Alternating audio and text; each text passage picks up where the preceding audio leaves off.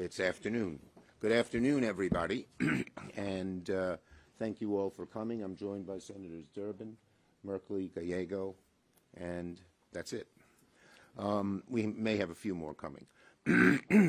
Well, it's been 99 days since Congress passed the Epstein Files Transparency Act. The American people sent Donald Trump a clear and simple demand: release the Epstein files. Donald Trump said he wants to turn the page on the Epstein files. Democrats are not going to let Donald Trump turn the page. It was not a suggestion, not a request. The law requires the DOJ to release all the files, not just some of the files, not just the ones they pick and choose and want to do. Since then, we've seen the Justice Department break the law and continue to hide the truth from the American people. Let me be blunt. There's a massive cover-up going on in the Justice Department to protect Donald Trump and people associated with Jeffrey Epstein. As we expected, Trump, Bondi, and their minions have played games with the release of these files. They release some documents that they want to release and continue to hide others. The American people see right through it, and they're all asking the obvious question: what is Bondi trying to hide? President Trump, what are you trying to hide? That's the question the American people are asking.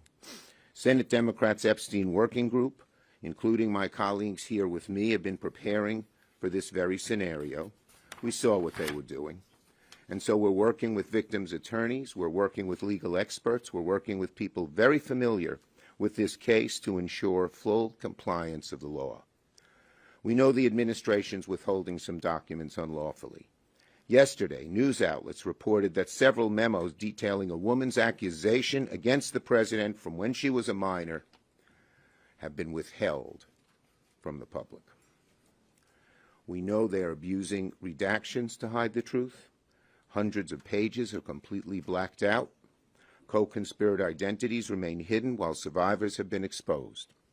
We're here today to put a shot across the bow of the Department of Justice and the Trump administration that we are going to reveal this massive cover-up. We will not rest. It's an all-out oversight effort. We're going to pull on every thread. We're going to chase every lead. We'll talk with whistleblowers. We will get to the truth. Our working group, Senate Democrats, will go review the unredacted files in the coming days. Let me repeat that. Our working group, Senate Democrats, will go review the unredacted files in the coming days. Pam Bondi should listen carefully. The truth will come out. The whole ugly truth about what she's doing to protect people in the files will come out. The whole world is going to know exactly what she knew, when she knew it, and what she did to cover it up. Democrats are going to hold Pam Bondi and everyone involved at the DOJ accountable for this cover-up. Today we are demanding that the Department of Justice and the FBI preserve records on what transpired behind the scenes. We want to know who was involved in the decision to hide the truth. And a warning to the Trump cronies working on this: we will know if you are destroying documents and evidence. You will not outrun the law. You will not outrun the truth. This isn't political. The survivors deserve the truth, and the American people are demanding it. Democrats and Republicans agree the American people deserve the truth. So Donald Trump, stop hiding, stop delaying, come clean with the American people, and if you don't, Democrats will make sure that the truth comes out. Our next speaker is Senator Durbin.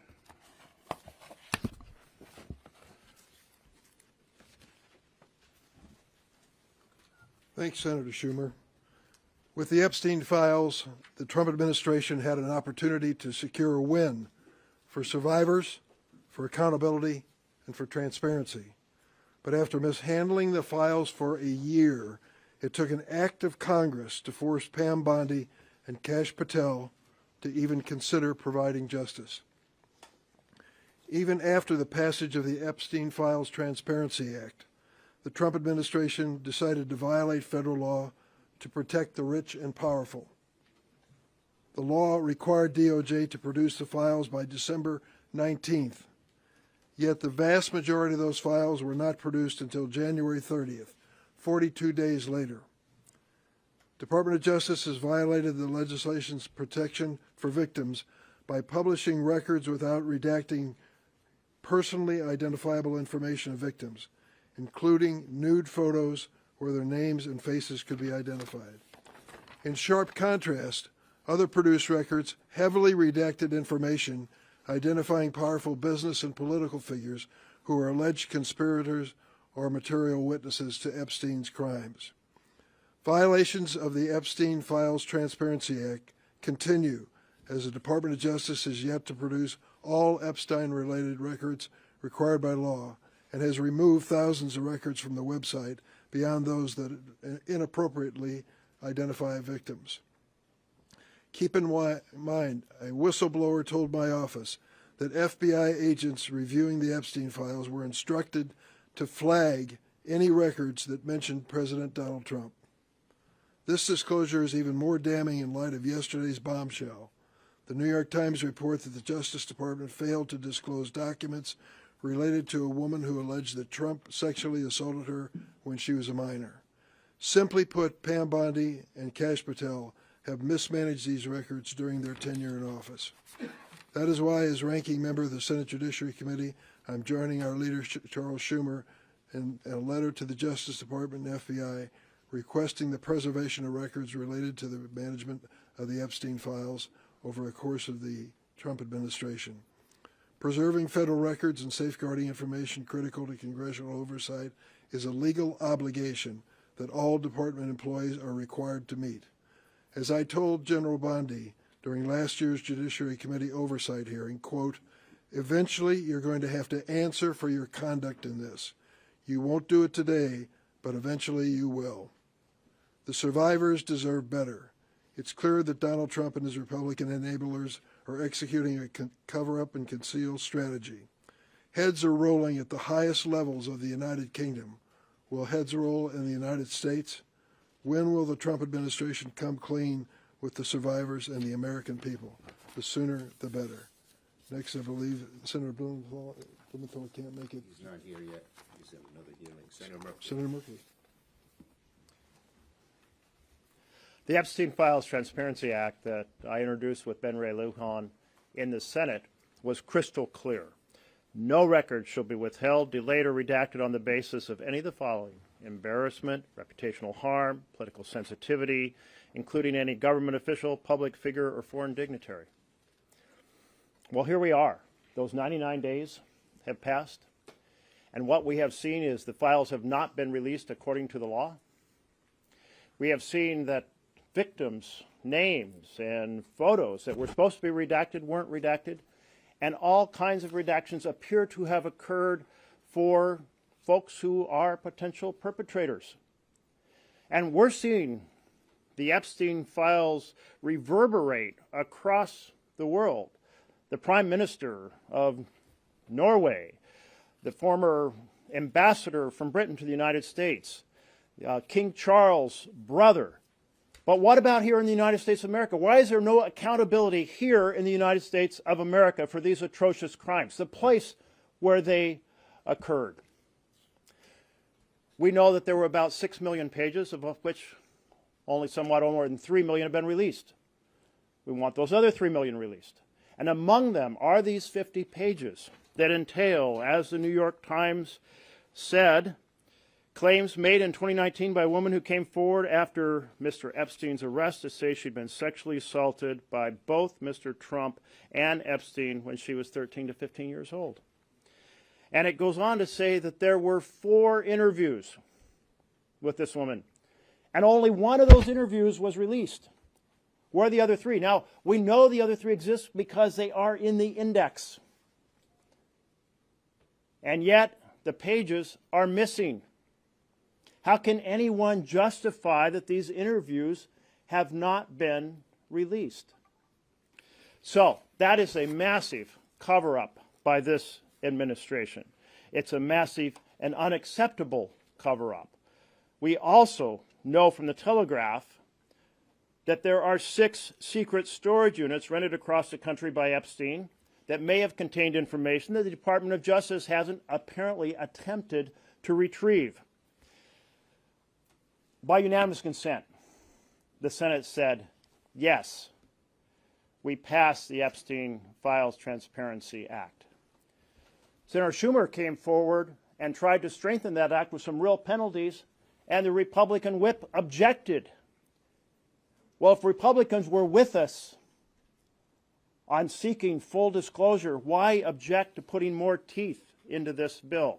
We all together, Democrats and Republicans, should be saying yes on transparency for the public, yes on accountability for the perpetrators, and yes for the closest thing we can get to justice for the victims. Senator Gallego's been relentless on this issue. Senator Gallego. Thank you. As we stated, princes, CEOs, the most powerful men in the world are being held accountable everywhere except the United States, where we are supposed to be a country of equal justice under the law. We are actually proving quite the opposite. You know, what we're proving here right now, what the Republicans are proving right now with the help of Donald Trump and Attorney General Pam Bondi, is that if you are part of the Epstein class, if you are rich enough, you are powerful enough, you can do some really horrific things. Raping children, raping women, engaging in sex trafficking. And this administration, the Republicans, will engage in an active cover-up for you. And even more so, now we're getting more reports of some real serious allegations of this president from a minor, a woman who was a minor, that is accusing the president of some very serious crimes. The American public deserves to know what happened, who was involved. Not just President Trump, but everyone else involved, all these powerful men that are still walking around the United States right now. We're only talking about a couple years removed, a decade removed from a lot of these allegations. These men are still in power. These men are still potentially victimizing women, victimizing children. And the fact that this administration is actively covering up past crimes potentially means they're covering up current crimes. It's time for us to have full transparency. It's time for us to have accountability. It's time for us to throw some people in jail that did some really horrible stuff against kids in this country. And the fact that Donald Trump and the Republicans, after talking a big game for so many years about going after pedophiles, are actively covering up for pedophiles right now should tell you exactly what is wrong with this administration. I, unfortunately, am going to have to go read those redacted files next week. It's one of those things that you don't want to do. The disgusting nature of what I'm going to find on there is going to probably make me very ill. But because we have an administration that's actively covering up for pedophiles, we have to take this step. And we have to take this step to keep them accountable and to expose all these pedophiles that are still in power right now all over this country. Thank you. And just one more point, which this article from the New York Times shows. More and more keeps coming out. And the more that comes out, the more we see how large their cover-up has been. Questions on this subject? But yes, in the back. Yeah, we're all going together.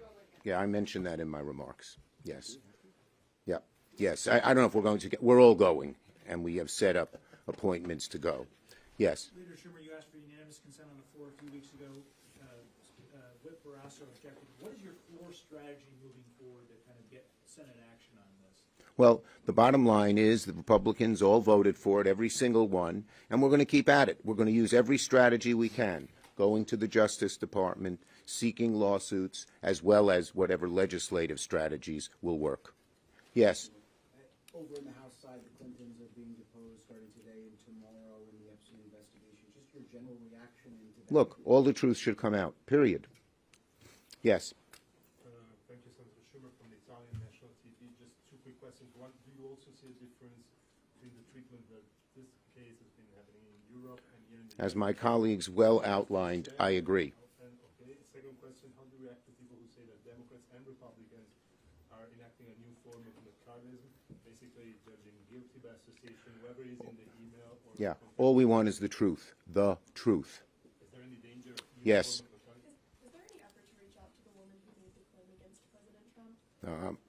There will be efforts to reach out to everyone who's willing to come forward and speak.